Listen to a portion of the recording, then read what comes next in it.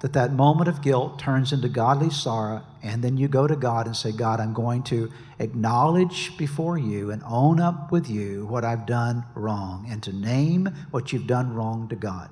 Interesting word, confess, in the Greek language, the New Testament language. It's a combination word, and the combined Greek word is homologeo.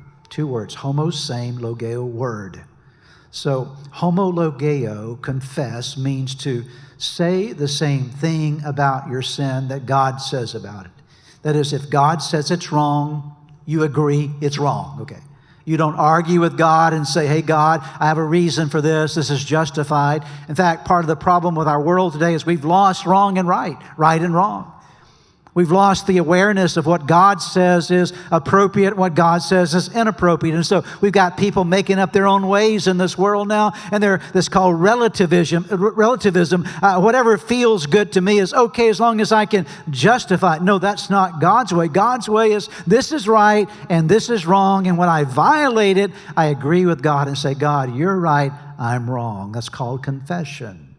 It's owning your sin. If we're truly guilty of our sin and sorry for our sin, then it brings us to that confession. The psalmist David says in Psalm 32 these words, there was a time, I'm reading from the Living Bible, there was a time when I wouldn't admit what a sinner I was, but my dishonesty made me miserable and filled my days with frustration. All day and all night your hand was heavy on me. My strength evaporated like water on a sunny day, until I finally, what's the next word?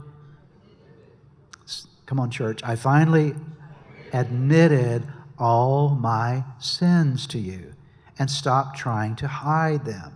I said to myself, I will confess them to the Lord, and you forgave me.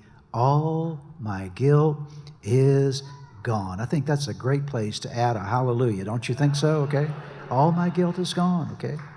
Now I say that each believer should confess his sins to God when he's aware of them.